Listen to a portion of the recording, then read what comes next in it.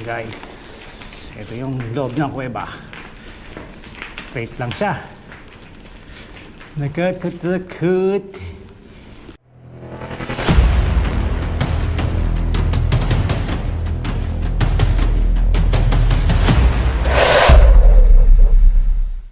Isang pinagpalang hapon sa inyong lahat. Muli nagbabalik ang inyong lingkod, Oscar Ota po, na maghatid sa inyong dokumentasyon at impormasyon sa aking paglalakbay sa araw na ito. At ngayon, tayo ay tutungo papunta ng Lawrence. At kung hindi naman, okay lang. So, papawis na naman tayo.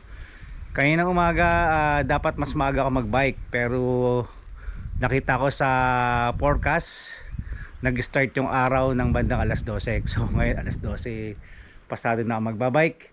So samahan niyo ako sa aking paglalakbay sa araw na ito. Yahoo! So pasyal tayo. So tayo nakapag-bike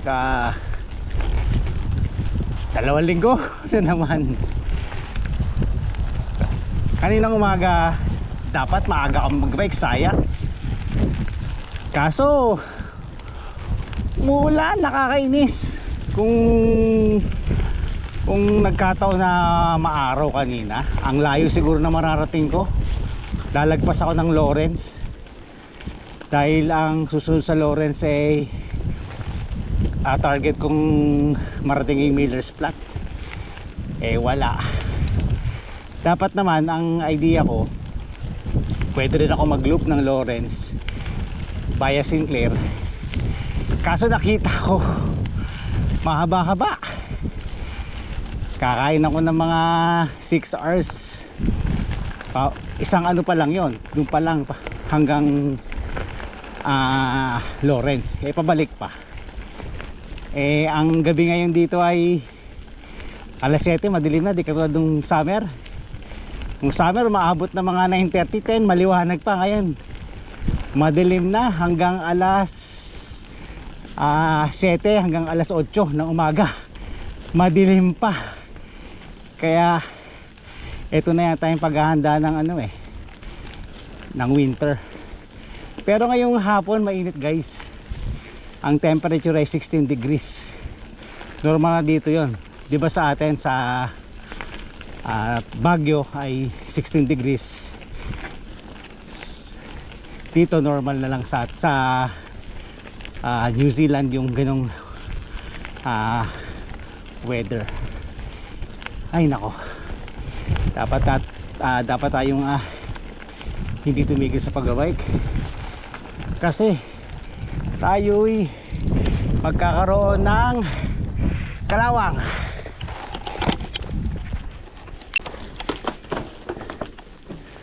Okay guys, so pasok tayo sa unang tunnel, ang Stuart. Bilang naman to, diretso lang to, diretso. Yahoo!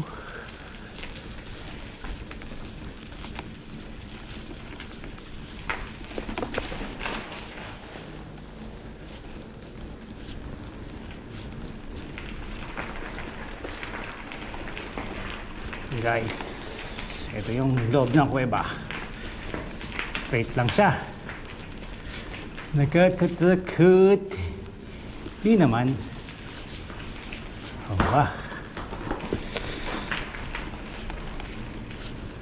Yan. So nagra tayo ng ilaw para maliwanag. Yahoo! Lamig dito sa loob. Libre aircon. Yung tunnel na to, hindi siya sinemento yung buo. Yung pinaka entrance lang tsaka yung di katulad nung Roundhill Tunnel na talaga nakasemento. Grabe no, ang galing ng pagkagawa, talagang binutas. 1800s pa to no, para shortcut.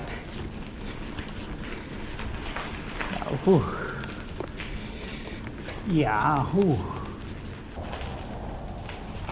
Okay, so ito na yung exit point ng Stuart Tunnel. Yahoo!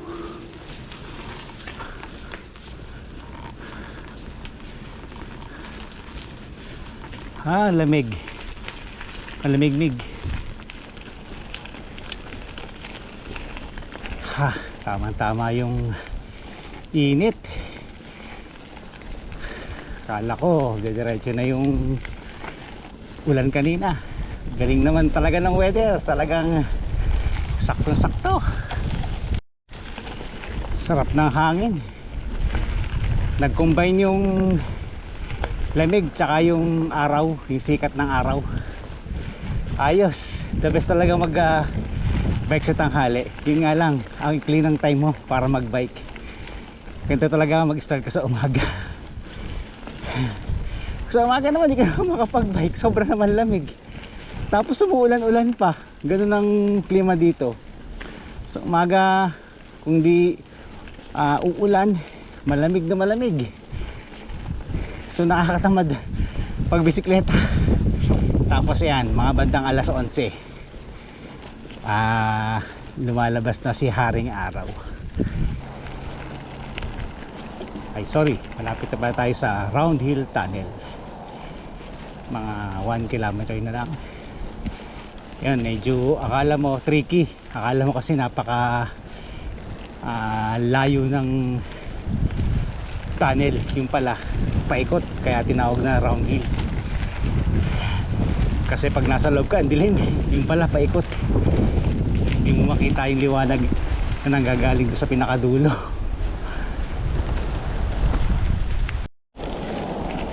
Mga ilang buwan na lang tambay muna tong bisikleta dahil panigurado pag winter hindi ka naman makakapag-bike dahil sobrang lamig. Hindi naman nag-snow pero alamig. Enjoy na natin itong patapos ng summer. Actually hindi na nga summer ngayon eh, autumn na. Pero yung mga maple tree dito hindi pa nagdidilaw. Siguro mga ano to, mga late na ng April mag yellowish. Eh hindi pa siya yellowish eh, ano pa lang siya eh, green pa rin. Pero may mga ibang puno nagiging brown na yung dahon. Pero yung maple tree hindi pa eh.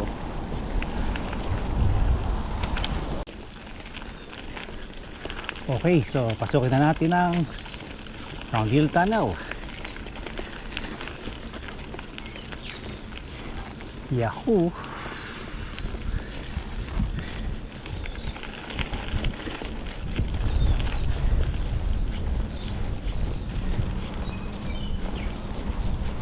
Yahoo!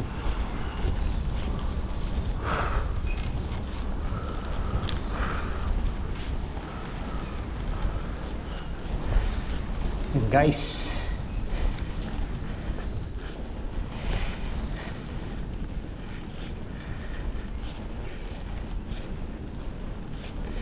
lamig. Ang lamig sa loob.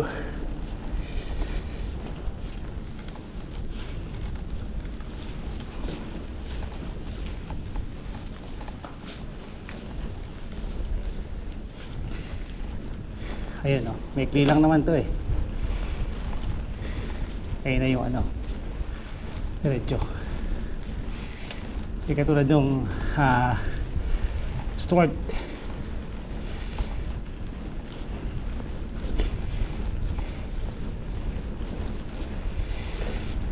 Yahoo! Lamig. Ang lamig dito sa loob. Napakalamig. Napakalamig. Yahoo!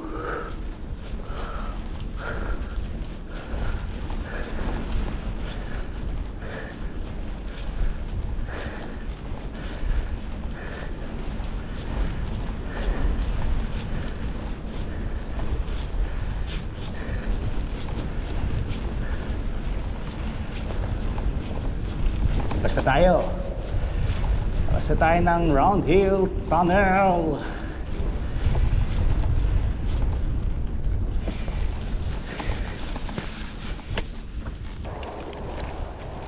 malapit na tayo ng Lawrence. Mukhang makakarating tayo ng Lawrence Akala ko hanggang Waitahu na lang tayo eh.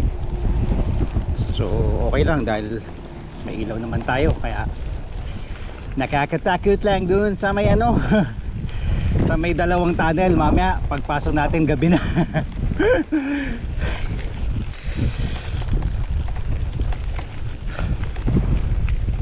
Ganda ng lugar dito.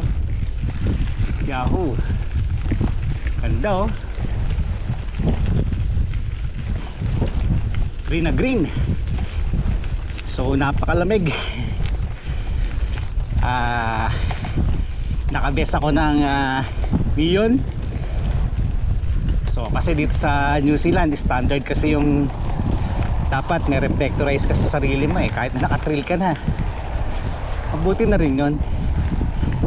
At least madali tayo makita just in case tatawid tayo ng kalsada. Dahil simula sa Adams Flat sa pinanggalingan ko, gravel road, tapos panay trail na tong dinadaanan natin. So panay trail lahat to, 100% trail. So sa baba naman daanan ng mga sasakyan. So talaga nakahiwalay talaga yung trail. Galing nga eh. Sana ganyan sa Pilipinas, no? Lalo na ngayon taas ng gasolina. Kailan kaya magbabago na naman ang buhay ng Pilipino?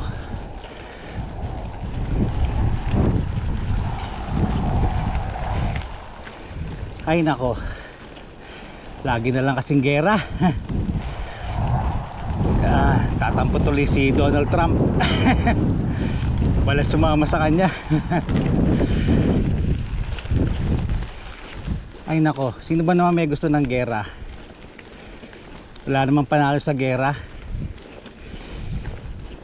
Buhay na nakasalala, hindi na mababalik. Mga mayaman. Hindi na inda. Yahoo, sayang naman, bakit naman may harang to? Dito rin makita yung hindi kasi bangin eh, nilagyan nila talaga ng harang. Yahoo, downhill. Yahoo, ginaw. Ganda naman ng bundok oh. Green na green. Lapit-lapit na tayo sa Lawrence.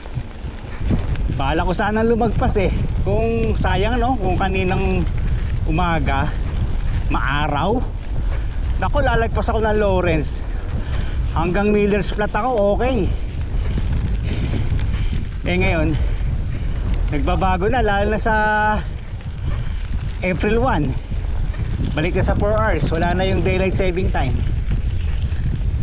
Kasi ngayon ayad kami ng 5 hours sa Pilipinas. Pero pagsapit ng April 1, babalik ulit tayo sa 4 na oras. Yun. Pero parang mas mabilis ako ngayon kasi nung nakaraan nagpunta ako dito, siyempre hindi ko kabisado yung lugar. Tingin ako na tingin sa Google Map, baka naliligaw ako. Ayos naman. Wow. Lamig. Pakalamig guys. So siguro mamaya magdadagdag pa ako ng isang layer. Lamig. Nakailang layer na ba ako? Isang long sleeve, isang t-shirt, isang neon vest. Magdadagdag pa ako ng isa pa. So kompleto naman ako sa gamit. Meron akong 2 vest na dala. Tapos meron akong isang rain jacket. Tapos may isa pa akong long sleeve. So siyempre mas mabuti na yung handa kaysa naman sobrang ginaw eh, magkakandamatay ka na sa ginaw.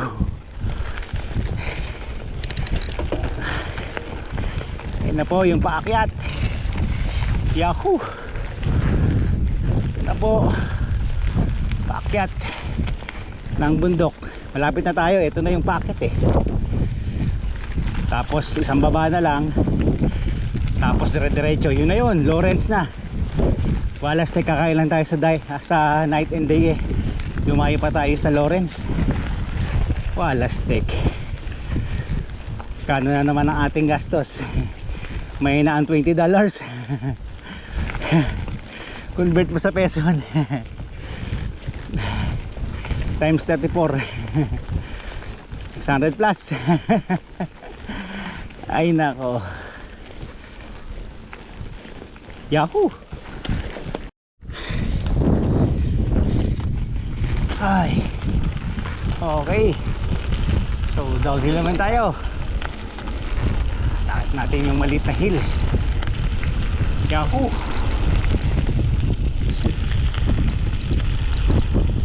Lamig, lamig, lamig, lamig.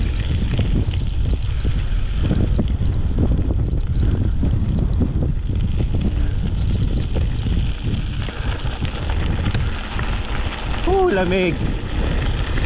Para ako nasa Dupax del Norte nito ah. Parang ganito yung daan sa Dupax eh. Pero alam ko sinimentado na ngayon eh. Sinimento na.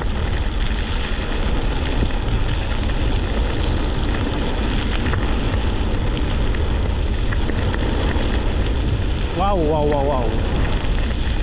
So dalawang bike packers pa lang ang nakasalubong ko. Wala eh, ordinaryong araw ngayon eh. Siguro marami dito pag weekend.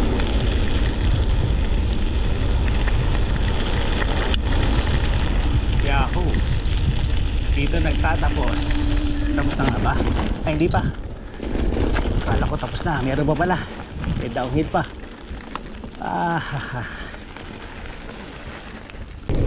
So ngayon tayo dumiretso sa bayan ng Lawrence kasi medyo gagabi na tayo. Sayang kung medyo napakagagal lang tayo ng konti. Nalagpas tayo ng kahit meters flat. Sayang tayo pa naman pagkakataon. So yahoo. Ay nako. Tsaka malamig na. Malamig, malamig, malamig. Yun na nga guys.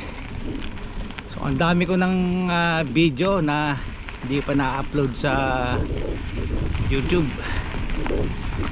Mahina kasi ang aking internet connection. Naka-connect lang kasi sa cellphone. Hotspot lang. Kaya mahina ang receiving. Kaya ayun, pag nakakapag wifi ako dun sa ipag ko, okay lang. Pero sa bahay wala kang maasahan dun. Mag-load ka ng 20 minutes, abuti ng kalahating araw. Kaya nakakatamad mag-upload eh. Lamig. Bumaba na tayo. Tayo'y baba na at gabihin tayo.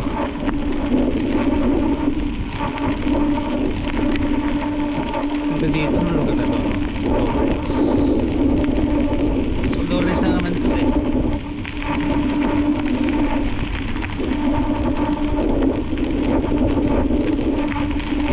Wow, wow, wow, wow. Lords of the Ring.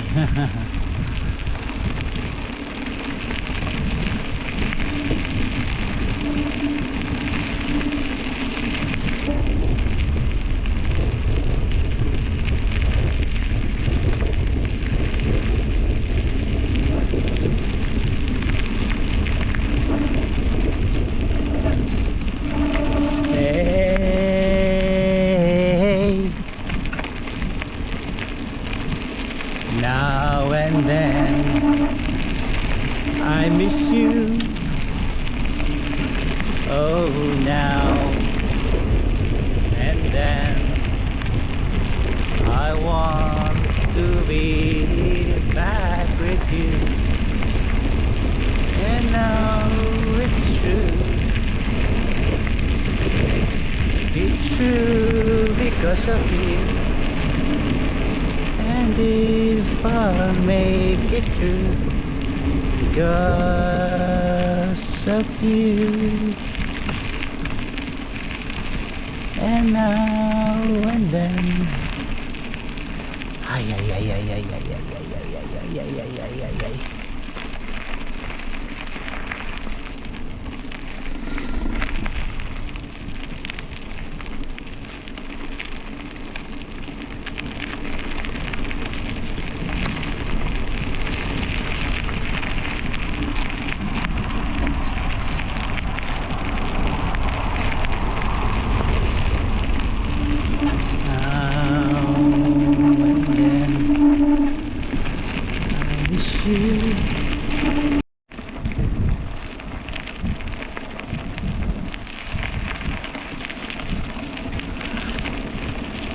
Tama lang yung uwi natin. Oh, eto na yung ano eh, oh. Wait ako na. Oh, tama lang. Dapat pala diretso na ako ng ano, no. Nag-aalangan kasi ako eh, baka gabihin ako. Pero okay lang, sige, ganun talaga eh. Bukas, kung sakaling walang washing, pwedeng dumiretso, paikot. Agahan natin, no? Agahan na natin dun sa ano, dun sa putang Milton. Hahaha.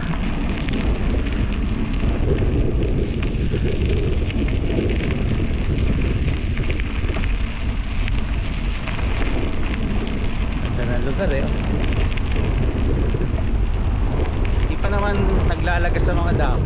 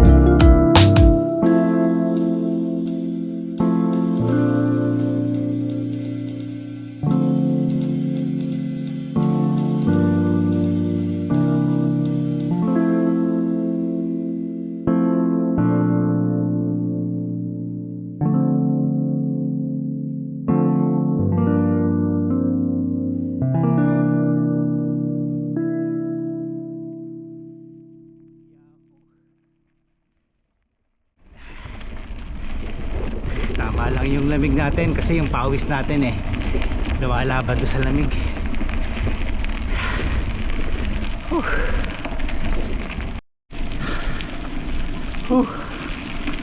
Pagod.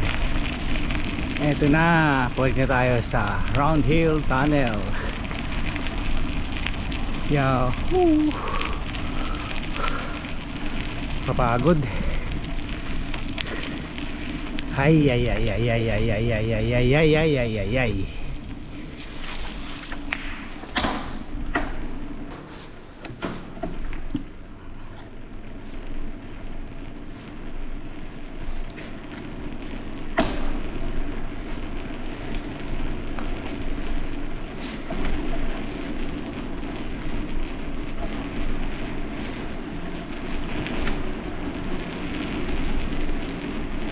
Lamig.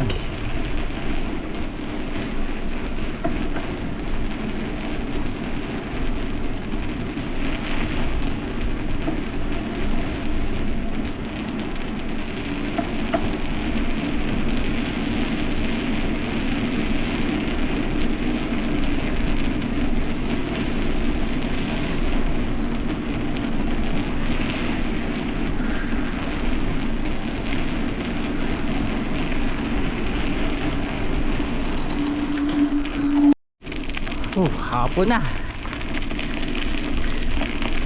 Pasado alas 6 medya na siguro. At least puro pababa na to.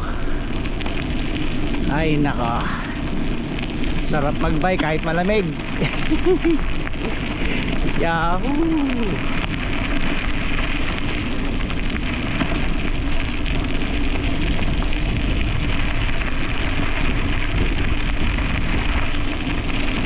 Puro pababa na.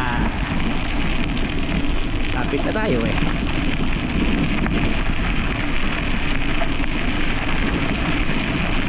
Yahoo!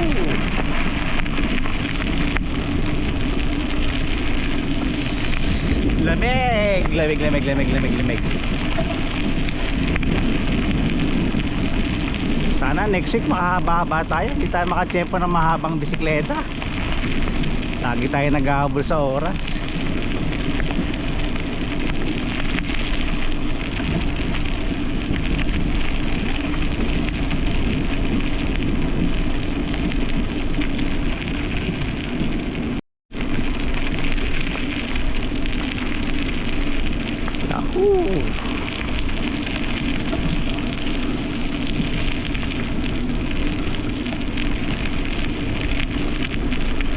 Lamig. Ganda nung ano ng araw alubog na araw mga 6:18 siguro.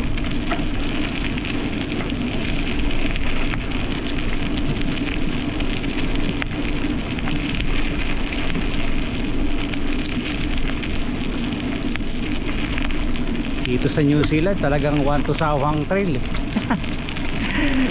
Ay nako, mananakit ang mga kamay mo dito sa Ay nako. Yahoo!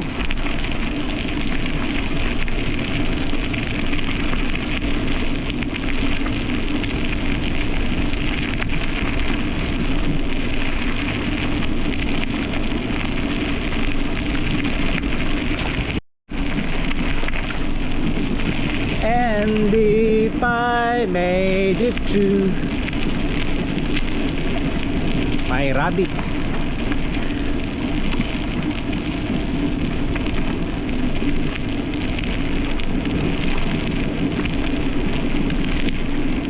Okay guys, so ayos ang ating adventure sa araw na to. So ang target ko sana makarating ng Miller's Flat, lagpas ng Lawrence. Pero nasa kalagitnaan pala ako ng Lawrence, mapatak na mag-alas 5 pasado na. So kung tutuloy pa ako, baka gabi na ako. So ayun, umuwi naman ako, marami pa ng pagkakataon. At ngayon nandito tayo sa Sword Tunnel. Ayos, at medyo maliwanag pa. Akala ko medyo gagabin tayo. Tama-tama lang ang dating natin sa Adams Flat sa Milton. Okay, sa mga bago sa aking channel, huwag po natin kalimutang mag-subscribe at i-hit na rin po ang notification bell para lagi po kayo updated sa aking mga bagong video dito lamang po sa New Zealand. So magsama-sama po ulit tayo sa susunod na vlog. Yahoo!